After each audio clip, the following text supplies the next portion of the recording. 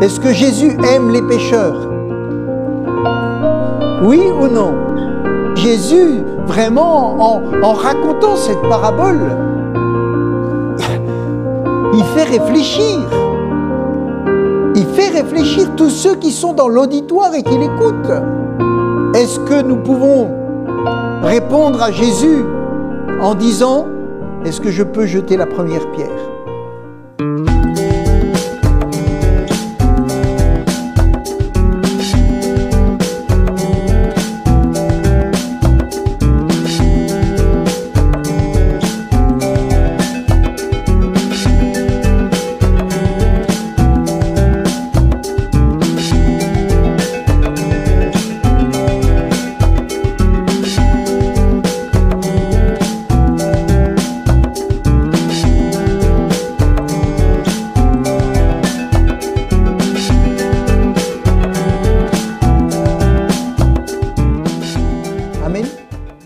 Je vais ce matin continuer sur le sujet des valeurs de l'Église.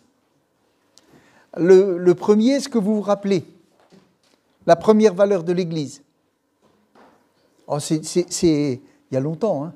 Alors, le premier sujet, ou la première valeur, être serviteurs les uns des autres dans l'amour et l'humilité. C'est-à-dire, on avait vu que Jésus était dans une salle avec eux pour le dernier repas. Et il leur a dit, ce qui touchera le cœur des perdus, c'est l'amour que vous aurez les uns pour les autres. C'est ça qui va toucher le cœur des perdus. Et il leur donne l'exemple en leur lavant les pieds, parce que personne ne voulait faire cette tâche ingrate. Elle était vraiment ce qu'il y a de plus bas. Et Jésus a dit, je vais vous montrer à quel point je vous aime. Amen. Deuxième valeur, c'était l'assistance de ceux qui sont dans le besoin. Et c'était aussi particulièrement la finance, parce qu'il y avait des gens qui étaient vraiment dans le besoin. Et on voit que l'Église a vraiment organisé pour que personne ne soit en manque du nécessaire. C'est donc une valeur qui nous a été enseignée. Jésus en parle à plusieurs reprises. Troisième valeur, c'était l'accueil. L'accueil qui est une valeur de l'Église. Et on avait vu, on n'a pas vraiment rentré en profondeur, mais c'était l'accueil dans la famille, dans vos familles. Si vous êtes chrétiens, vous êtes des hommes et des femmes qui avaient quelque chose en vous qui vous donne envie d'accueillir ceux qui ne connaissent pas le Seigneur et envie d'accueillir vos frères et sœurs. Amen. Ça, c'est quelque chose qui est ancré dans le cœur du chrétien. Ensuite, c'est l'accueil dans la cellule de prière. On avait vu ça rapidement. Hein. C'est quand il y a des cellules de prière, c'est vraiment un endroit où les gens doivent pouvoir venir, comme dans un refuge où la prière et l'amour fraternel va être là pour vraiment... Des fois, une réunion va durer 1 heure, mais les gens, ils sont remontés pour la semaine parce qu'il s'est passé quelque chose. On sent que Dieu est là parce que nous sommes là pour Dieu. Amen. Si nous sommes là pour Dieu, Dieu est là. Amen. Ça, c'est très important. Et puis, on n'a pas développé le troisième point, c'est l'accueil dans l'Église. Bon, on le verra peut-être une autre fois, l'accueil dans l'Église. Mais aujourd'hui, je voudrais arriver à une 4e valeur. Alors, je reviens parce que je l'ai... Voilà. 4e valeur de l'Église, c'est aimer les pécheurs. Aimer les pécheurs, les perdus. Amen. Et Jésus nous a montré vraiment, il a montré combien cette valeur-là, elle était ancrée en lui. Et combien, bien sûr, on le voit parce qu'il est mort pour nous, mais on veut vraiment réaliser, aimer les pécheurs. C'est premièrement croire à l'efficacité de la repentance. Amen. C'est croire à l'efficacité de la repentance. Aimer les pécheurs, c'est croire que parce que l'Esprit de Dieu va toucher leur vie, s'ils se repentent, alors leur vie va changer. Mais vous savez, avant que la vie des gens change, il faut les aimer. Et il faut les aimer comme ils sont. Amen. Et Jésus a aimé les gens comme ils étaient. Et il savait qu'ils étaient des pécheurs, mais il les aimait pour leur donner la possibilité d'être en confiance et d'ensuite réaliser qu'il pouvait les sauver. Amen. Deuxièmement, c'est croire à la puissance de la croix. Aimer les pécheurs, les perdus, c'est croire à la puissance de la croix. Quand on arrive à un moment donné où on veut sélectionner ses amis et que dans ses amis, il n'y a pas de gens à problème, on va dire, c'est qu'il y a quelque chose qui ne va plus dans notre cœur. Parce que Jésus a eu, non seulement dans son équipe, mais partout où il allait, des gens à problème. Quand je dis des gens à problème, c'est des gens avec des problèmes. Des gens avec des problèmes. Mais l'amour de Dieu est là pour nous libérer de tout cela. C'est croire à la puissance de la transformation. Amen. Ça aussi, c'est très important. L'amour des pécheurs, c'est croire à la puissance de la transformation. Je ne sais pas si vous vous rappelez comment vous étiez avant d'être chrétien, mais moi, je n'ai pas oublié. Pourtant, j'avais 22 ans, mais je n'ai pas oublié. Mais je me rappelle aussi de ce que je suis ou de ce que je ne suis pas et que je devrais être en tant que chrétien. Donc aujourd'hui, je me considère comme un pécheur. Même si je suis sauvé, ça n'empêche que j'ai bien des choses que Dieu veut changer en moi. Et heureusement que Dieu nous aime. Amen. Quatrièmement, c'est croire que Dieu donne un cœur de chair à la place d'un cœur de pierre. Combien de gens peuvent avoir des cœurs de pierre ou des cœurs endurcis par la vie, endurcis même dans l'Église, par toutes sortes de choses qui ont pu se dérouler. Vous savez, il y a tellement de choses qui se passent. Mais Dieu nous aime et il croit que tout peut changer. Amen. Et nous devons être dans l'état d'esprit du Seigneur. Aimer les pécheurs, les perdus pour autant ceux qui ne connaissent pas Dieu, mais que ceux qui connaissent Dieu.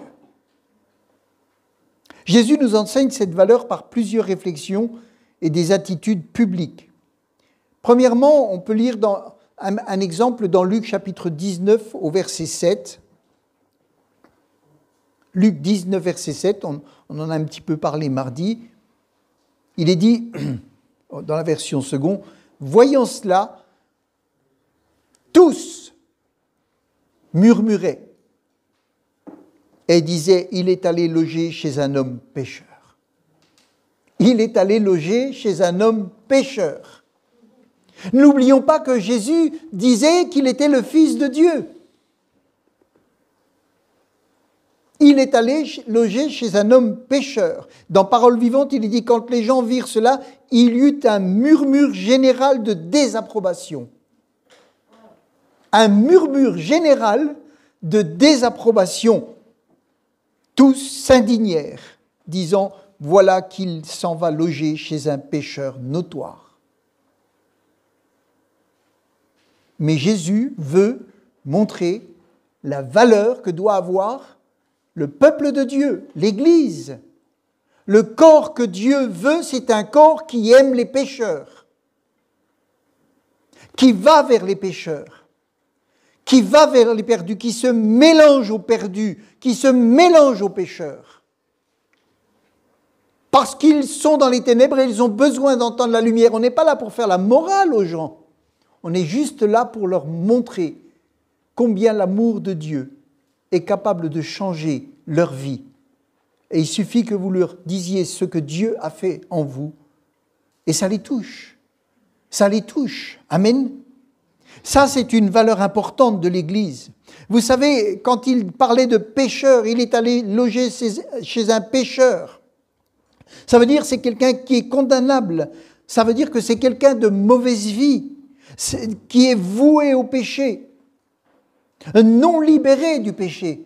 Dans leur tête, c'était tout cela. Ça voulait dire aussi, ça peut vouloir dire spécialement méchant. Ça peut être aussi des hommes atteints de certains vices ou crimes. Et là, c'était aussi collecteur de taxes païens. Voilà ce que veut dire le mot pécheur.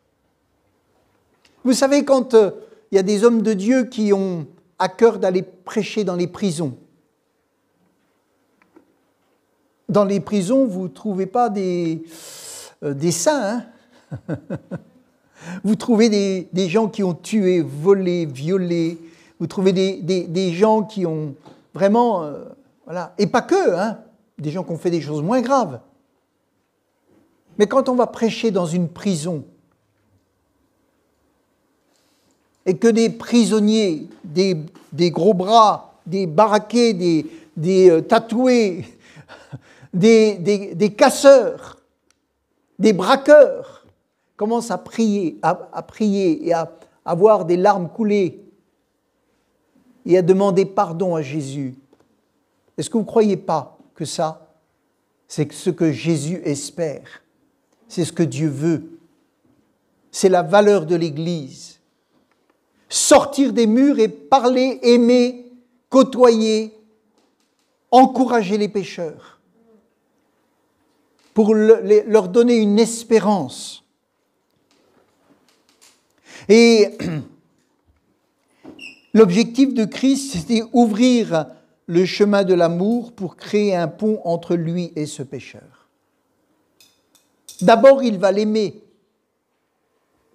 en lui disant « Il faut que je demeure dans ta maison. » Scandale, scandale, scandale. Il faut que je demeure dans ta maison. Et voyez-vous, le pont que Jésus va créer entre cet homme et lui va permettre à cet homme de s'approcher de Jésus parce qu'il comprend que Jésus l'aime.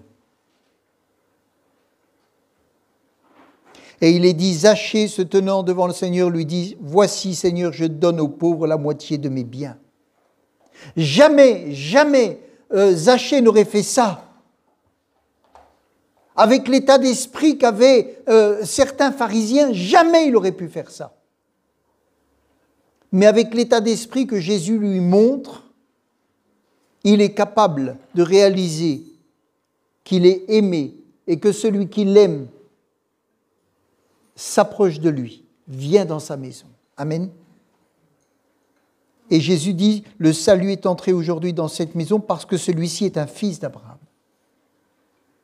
C'est peut-être pas ton copain, c'est peut-être un voisin détestable, mais Jésus veut créer un pont. Amen.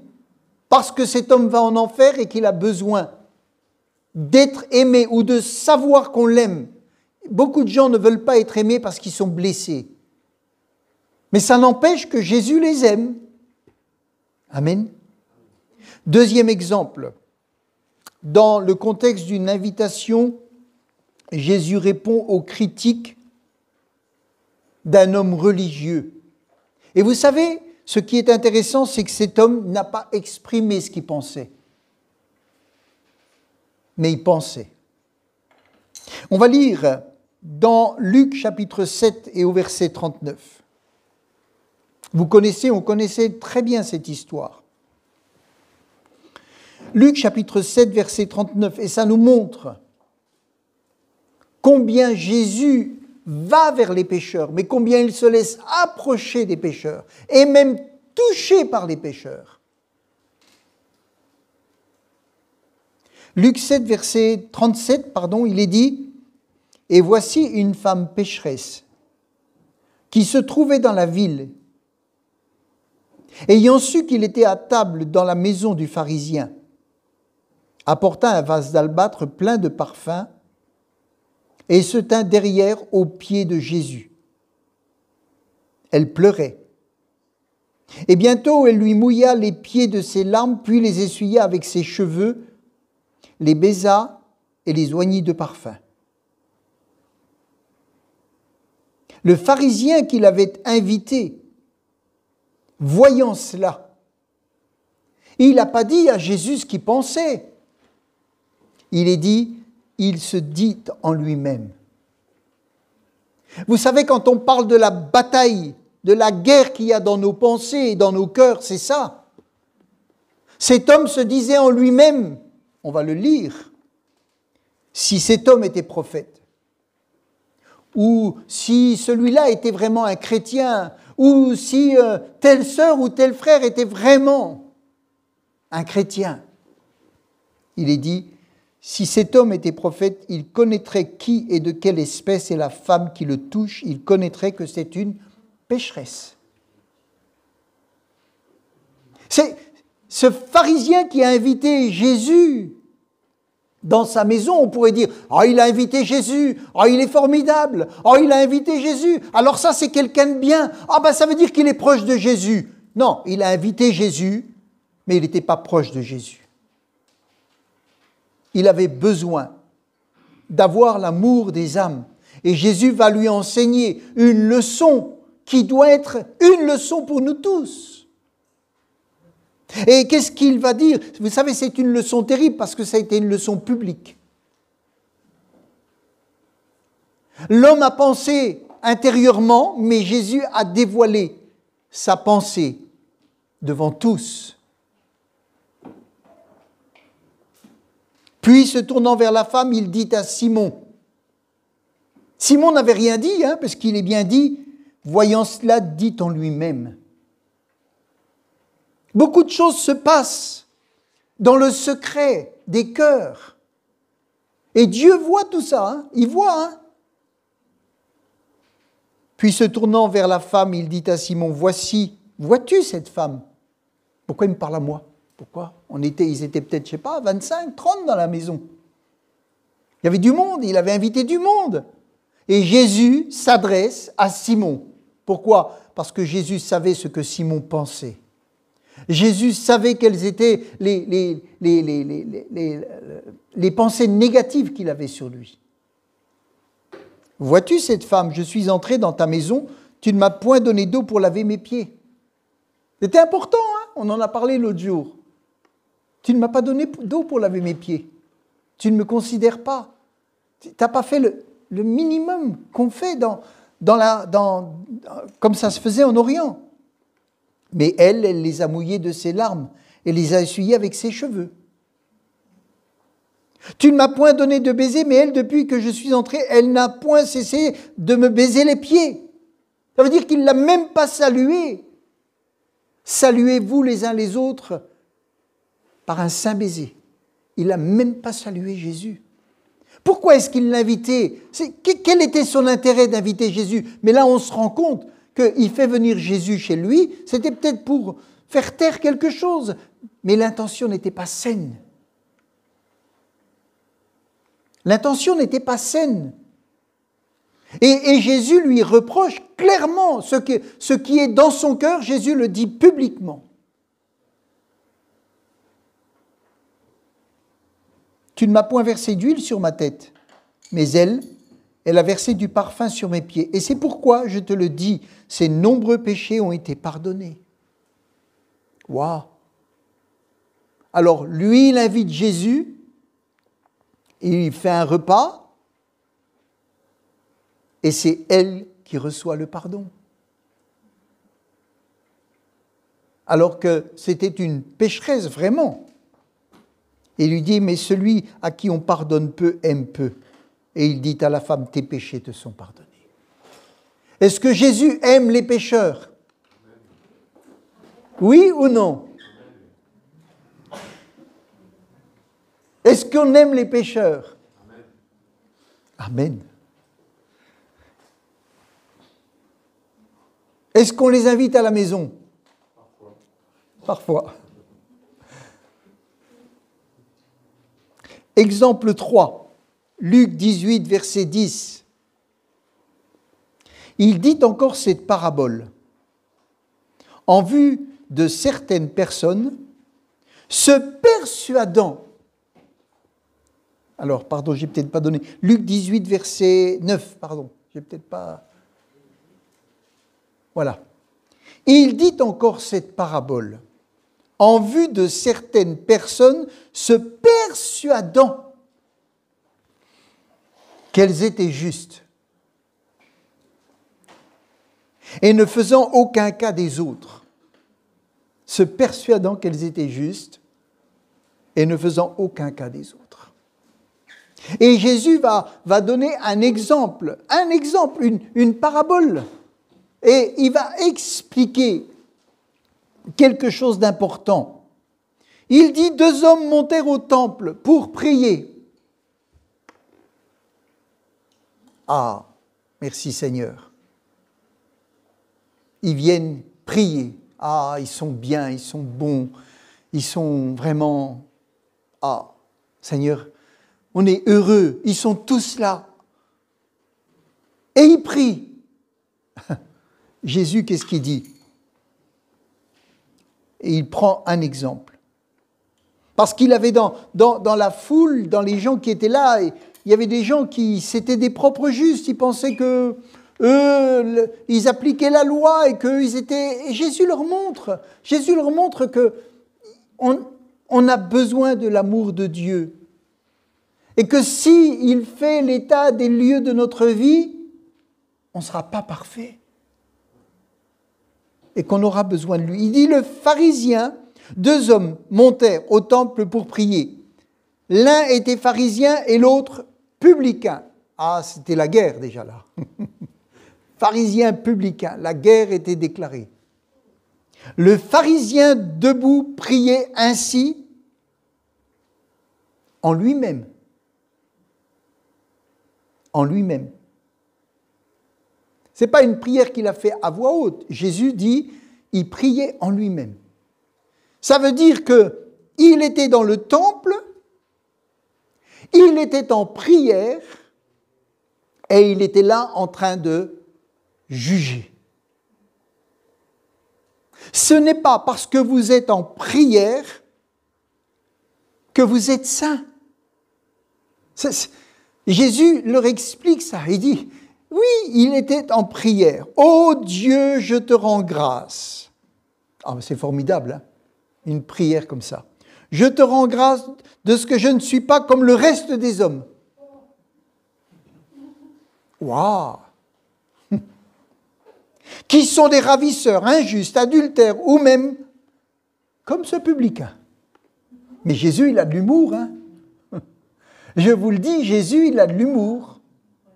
Et Jésus, vraiment, en racontant cette parabole,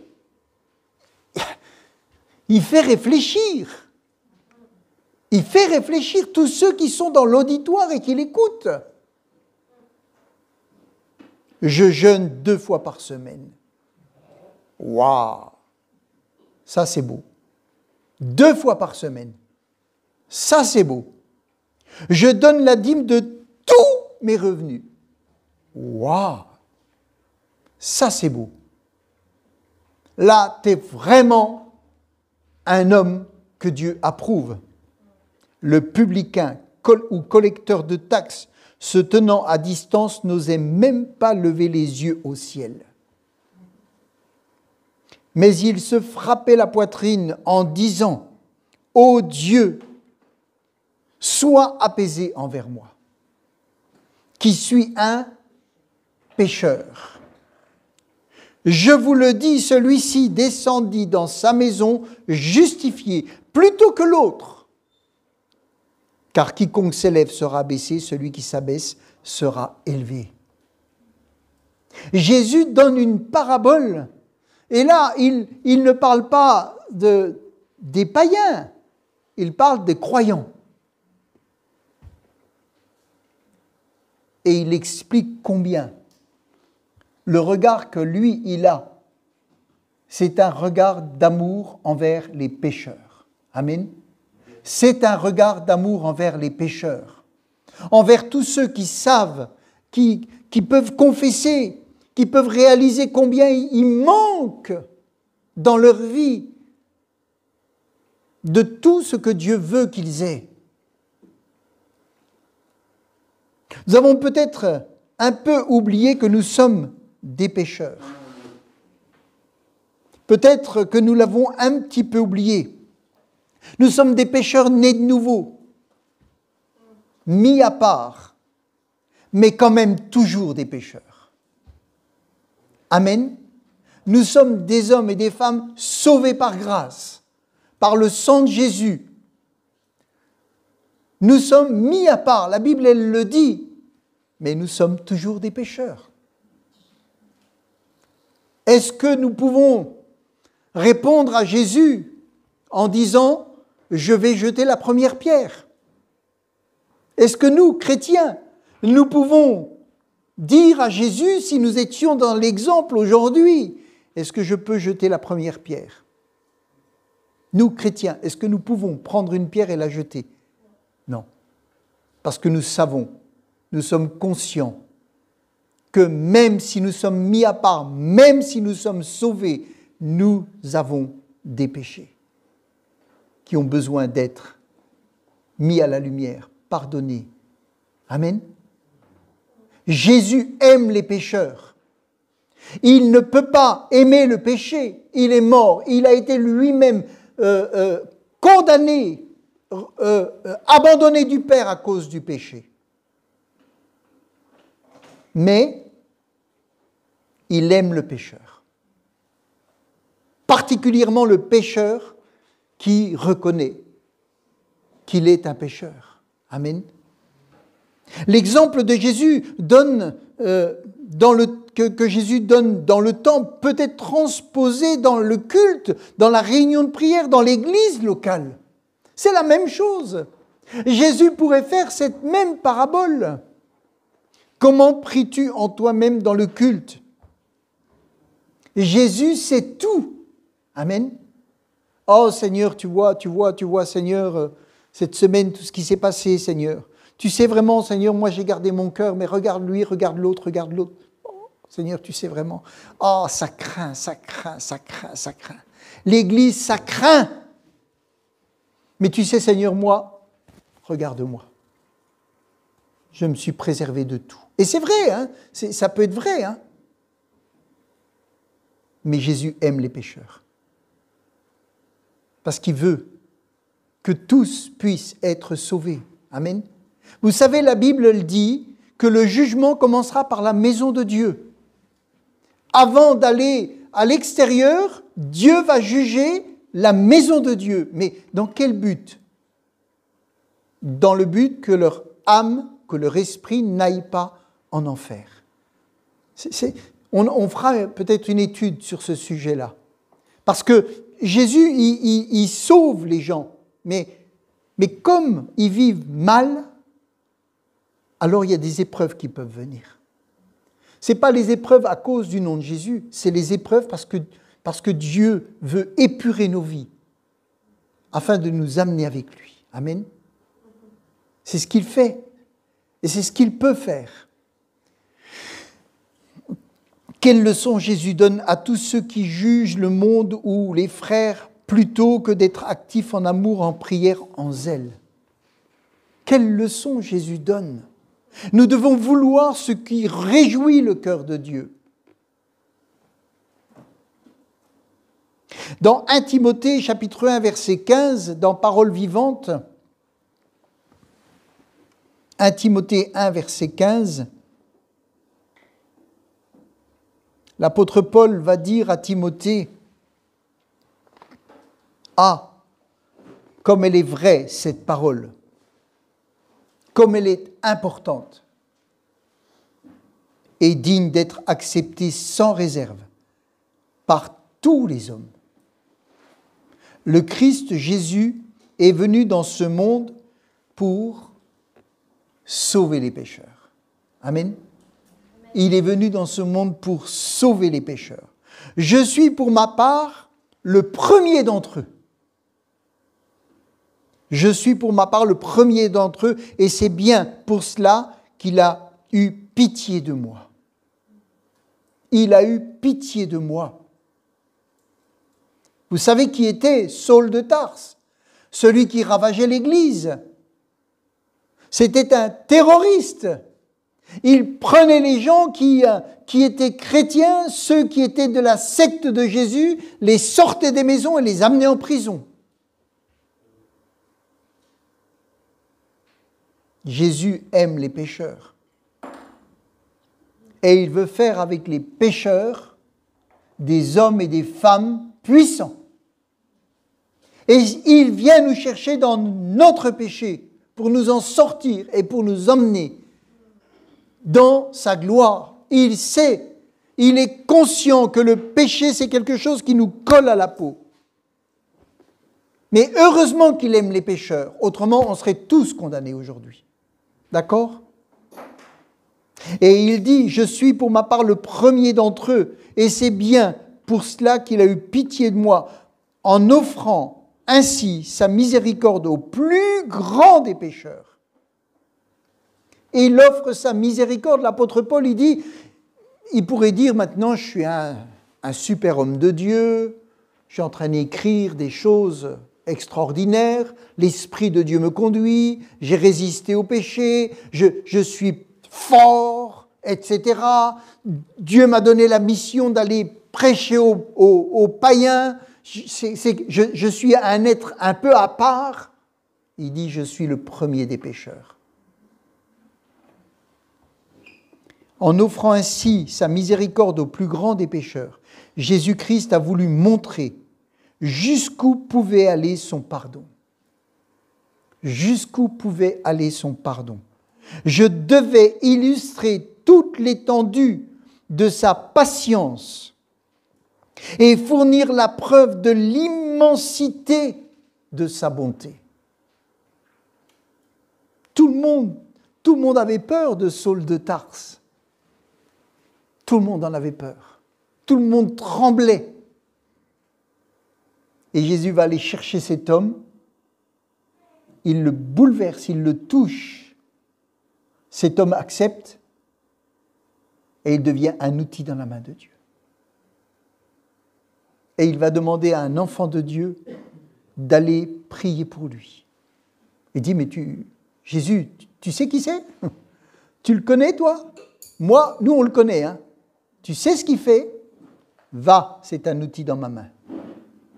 Je l'ai choisi, c'est un outil dans ma main. Rendez compte ? Comment Dieu peut aimer les pécheurs. Et il dit, mon exemple était destiné à encourager ceux qui croiraient en lui et à leur montrer quels hommes peuvent accéder à la vie éternelle par la foi. Paul dit, si moi, orgueilleux, violent, etc., et puis on ne sait pas tout, il dit, si moi, Dieu est venu me chercher et me sauver, je vous dis, il peut aller chercher n'importe qui. Amen. Paul dit, il peut aller chercher n'importe qui. Et c'est pour ça que Paul, il a été chercher n'importe qui. Et c'est pour ça que Jésus dit, va aller jusque derrière les buissons. Allez partout chercher le plus misérable. Quand les Juifs ont refusé l'invitation, il a été dit, allez chercher les boiteux, les estropiés, tous, allez, parce que je veux que ma maison soit remplie. Amen. Je veux que ma maison soit remplie. Jésus aime les pécheurs. Un autre exemple encore, dans Paroles vivantes, il est dit, dans Jean chapitre 8, verset 3, on connaît par cœur ce passage aussi, mais vous savez, c'est intéressant de toujours relire. Jean 8, verset 3, dans Paroles vivantes, les interprètes de la loi et les pharisiens traînent devant lui une femme surprise en train de tromper son mari. Ils la font avancer dans la foule et la placent bien en vue, au milieu du cercle devant Jésus. « Maître, lui disent-ils, cette femme a été attrapée en flagrant délit d'adultère. Or, dans la loi, Moïse nous a ordonné de tuer à coups de pierre ces sortes de personnes-là. » Waouh! Moïse nous a dit.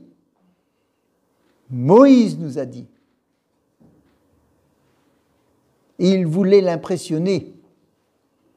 Il voulait le mettre devant les paroles de Moïse. Quel est ton avis à toi là-dessus? Ça y est, il est coincé. Ça y est, il est coincé. Ça y est. Là, il ne peut pas se sortir de cette affaire. Ils lui posèrent cette question piège dans l'espoir de trouver quelques prétextes pour l'accuser. Pour toute réponse, Jésus se baissa et se met à écrire par terre avec son doigt. Mais ils insistent et répètent plusieurs fois leur question. Ah, vous voulez savoir? Vous auriez mieux fait de vous taire. Mais puisque vous insistez, je vais vous dire. Je vais vous dire. Alors il se relève et leur dit que celui d'entre vous qui n'a jamais péché, lui jette la première pierre. Ah, ça, il ne s'y attendait pas. Ça, c'était pas prévu.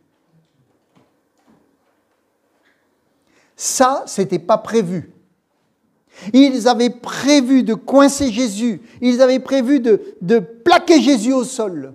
Ils avaient vraiment prévu de le faire taire définitivement, d'avoir un sujet de l'accuser. Et Jésus leur dit, écoutez, puisque vous voulez savoir, celui qui n'a jamais péché, qu'il prenne la première pierre et la jette sur cette femme. C'est tout ce qu'il a dit. Quelques mots. Et toute la doctrine empoisonnée d'orgueil qui était dans le cœur des pharisiens est tombée d'un seul coup. D'un seul coup. Par quelques mots de la part de Jésus qui montrent que l'amour des pécheurs, c'est pour cette femme et c'est pour eux. C'est pour cette femme et c'est pour eux. Parce qu'ils avaient autant besoin que cette femme du pardon et de la grâce. Que celui qui entre d'entre vous qui n'a jamais péché lui jette la première pierre. Puis se baissant de nouveau, il continua à écrire. Après avoir entendu ces paroles, il s'esquive un à un, à commencer par le plus âgé.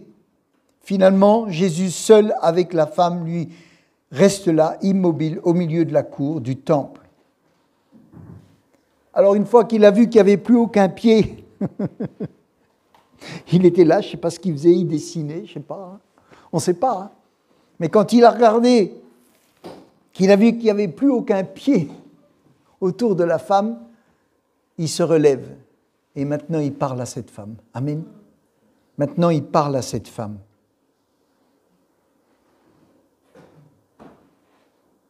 Eh bien, où sont donc passés tes accusateurs? Où sont passés tes accusateurs? Personne ne t'a condamné? Jésus avait toute autorité pour condamner cette femme. Toute autorité pour lui faire la morale. Qu'est-ce qu'il lui dit? Personne, Seigneur, répondit-elle. Alors Jésus lui dit, je ne te condamne pas non plus. Je ne te condamne pas non plus. Ça ne veut pas dire qu'il approuve, hein? Mais je ne te condamne pas. Tu peux partir. À l'avenir, garde-toi de pécher. Il ne lui dit pas tes péchés te sont pardonnés, là. Hein? Il lui dit à l'avenir, garde-toi de pécher. Cette femme, elle doit comprendre qu'elle vient d'éviter la mort par lapidation. C'était ça. Elle venait d'éviter la mort par lapidation à cause de Jésus. Tous les pécheurs doivent comprendre qu'à cause de la croix, à cause du sacrifice de Jésus, ils évitent l'enfer. Mais ils doivent accepter celui qui est mort pour eux, afin de bénéficier de cette grâce. Cette femme va maintenant rentrer chez elle en se disant « Jésus m'a évité la mort. Jésus m'a évité la mort. Jésus ne me condamne pas. Jésus est un juif, mais Jésus ne me condamne pas. Comment ça se fait que Jésus ne me condamne pas? Je veux savoir qui est cet homme. Je veux aller vers cet homme qui me montre combien il m'a aimé et m'a sauvé la vie physique. Un pécheur doit comprendre l'amour de Dieu pour ensuite venir à Dieu et lui dire « Ton amour est tellement grand que je veux te connaître et je veux te recevoir dans mon cœur. » Amen. Jésus était là pour montrer l'amour. Cette révélation de ce qui se passe aussi dans le ciel nous instruit quand il est dit dans Luc 15, verset 7, « De même, je vous le dis, il y aura plus de joie dans le ciel pour un seul pécheur qui se repent que pour 99 justes qui n'ont pas besoin de repentance. » Amen. Dans l'Ancien Testament, vous avez un homme qui, prophète, doit être envoyé par Dieu pour aller parler à une nation. Comment il s'appelle? Jonas. Il l'envoie vers une nation violente, remplie de péchés, opposés. Mais avant de les juger, Dieu veut les aimer. Amen. Avant de juger, Dieu veut aimer. Et il envoie ces hommes pour leur dire, dans 40 jours, votre ville sera détruite. Et il est dit que tous vont se repentir. Amen. Tous veulent se repentir. Et Jonas n'est pas content. Jonas n'est pas content.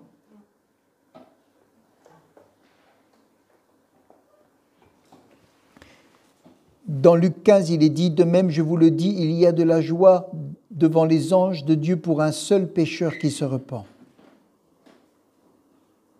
Ayons le désir de faire de la maison de Dieu ce à quoi elle est destinée, une maison de prière. C'est vrai.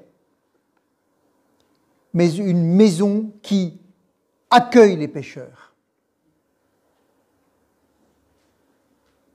Qui accueille les pécheurs.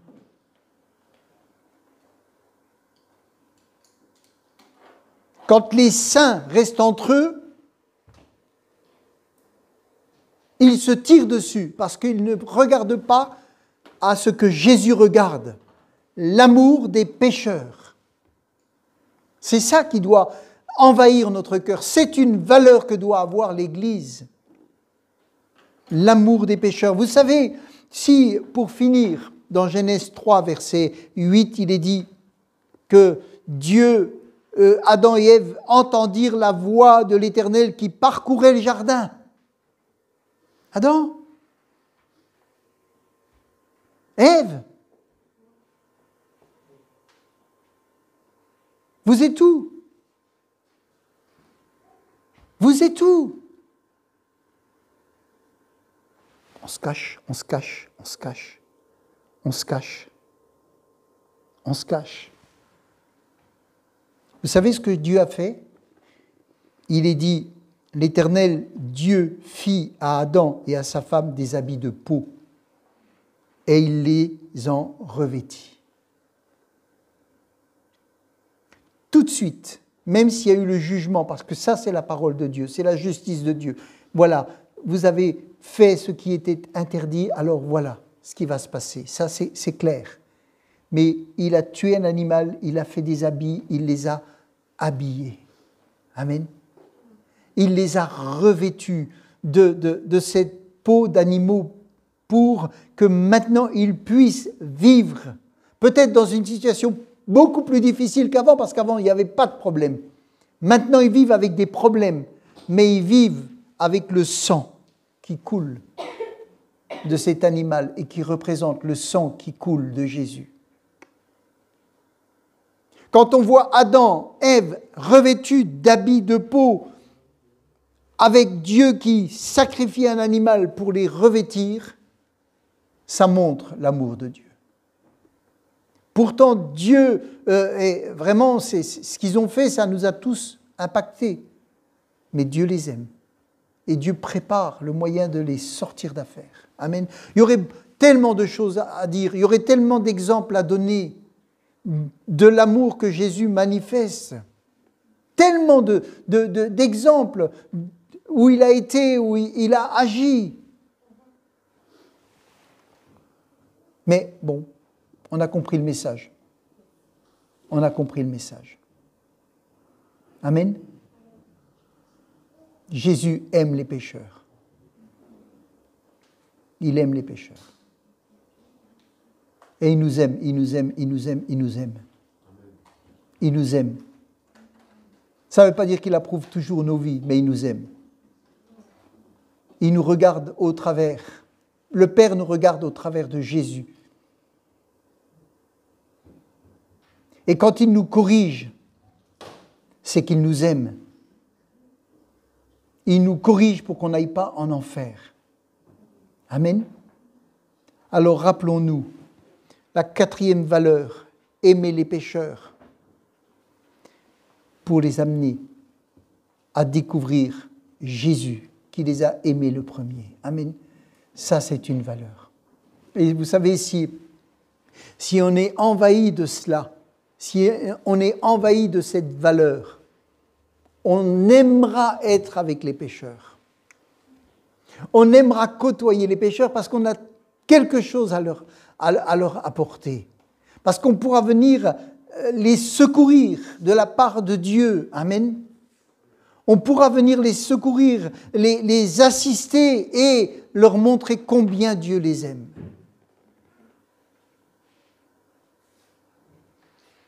Eh oui, on est trop saints, hein? On est trop bien.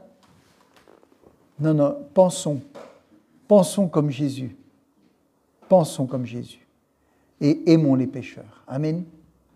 Et aimons-nous les uns les autres, puisque nous sommes.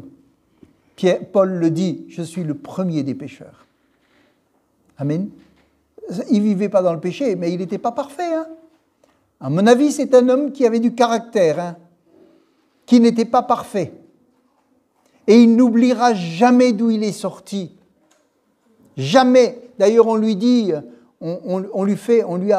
toute sa vie, on lui a fait la remarque qu'il était le moindre des apôtres, qu'il n'avait pas vu Jésus, qu'il ne pouvait pas être considéré comme un vrai apôtre. Vous savez, toute sa vie, il a souffert. Toute sa vie, il a souffert des remarques.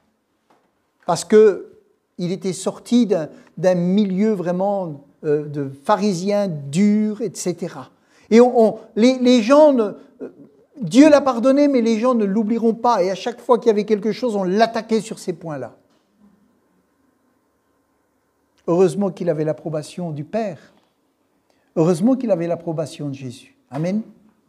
Parce que toute sa vie, il souffrira de ça. Toute sa vie. Il sera attaqué sur ça.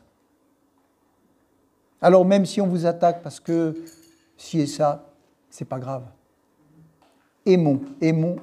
Amen. Aimons encore. Pardonnons.